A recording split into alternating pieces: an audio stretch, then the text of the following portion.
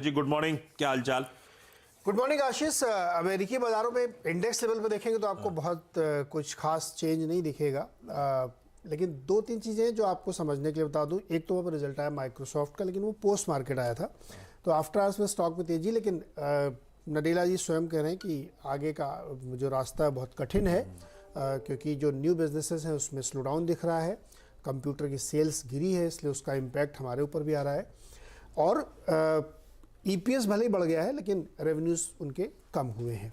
तो एक ये महत्वपूर्ण चीज़ है। तो जो आईटी कंपनियों की समस्याएं हैं जिसकी वजह से वो इतनी मुश्किल में है, वो इनके नतीजों से प्रूव होती हैं। दूसरी तरफ गोल्ड में फिर से बहुत बड़ी तेज़ी देखने को मिली है, क्योंकि डॉलर वीक हुआ है। और डॉलर वीक होने का कारण ये है कि जो वहाँ पर आईआईपी का नंबर आया है फैक्ट्री आउटपुट का, वो घट के आया, 50 से नीचे लगातार बना हुआ। 7वां महीना जब उनका न्यू बिजनेसेस में गिर रहा है, तो उससे एक चिंता की बात बन रही है। तो इसलिए डॉलर वीक हुआ और फिर गोल्ड उसी को रिलेशन में महंगा हुआ है।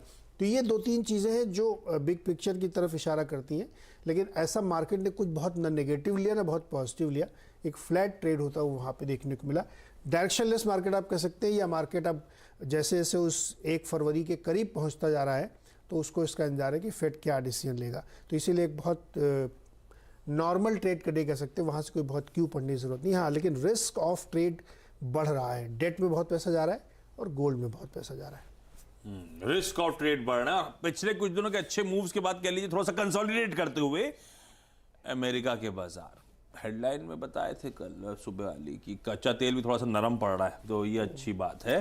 लेकिन बेसिकली कंसोलिडेशन, ऐसा कुछ ज्यादा रीड करना नहीं है आज एक्सपायरी के दिन, तो वहां के न्यूट्रल क्यूज हमें अपने ही दमखम पे दिखाना होगा आज। बिल्कुल। और देखिए, जो हम परसों में बात कर रहे थे, वो जो जॉब कट्स हुए थे यूएस में और स्पेशली गूगल में, और उसमें काफ़ी इंडियंस हैं, मतलब वहाँ तो काफ़ी वर्कफोर्स इंडियन ही है।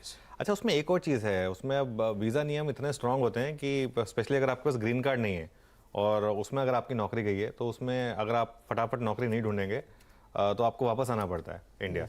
तो वो मतलब एक 2-3 महीने के अंदर 2-3 महीने के अंदर 80,000 लोग हैं। 80,000 लोग हैं। तो मैं इस समय एक्चुअली एक मार्केट को हम बाद में बात करेंगे। मेरा एक थोड़ा सा एक ये भी मुझे लगता है कि कितना टफ होता है उन लोगों के लिए, अगर पूरी फैमिली वहाँ पर है, बच्चे स्कूल जा रहे हैं, सब कुछ है, आप वीज़ा पे काम कर रहे हैं, और आप क्योंकि आपके पास एक वीज़ा है और आपके स्पाउस को उसकी वजह से एक डिपेंडेंट वीज़ा मिला हुआ है जिस पर वो काम भी कर सकते हैं। वो अगर आप L1 है तो वो L2 पे काम कर रहे हैं, मान लो ऐसा कुछ है, तो काफ़ी टफ हो जाता है वो उनके लिए। तो मुझे, और उसकी वजह से वो फिर कोई भी नौकरी लेने को तैयार हो जाएंगे, कम लेवल की भी मिल जाए लेकिन एटलीस्ट नौकरी मिल जाए। तो वो एक थोड़ा सा नेगेटिव फैक्टर। और माइक्रोसॉफ्ट ने भी जो थोड़ा सा बोला है, उससे भी थोड़ा सा कल नैस्डैक घबराया।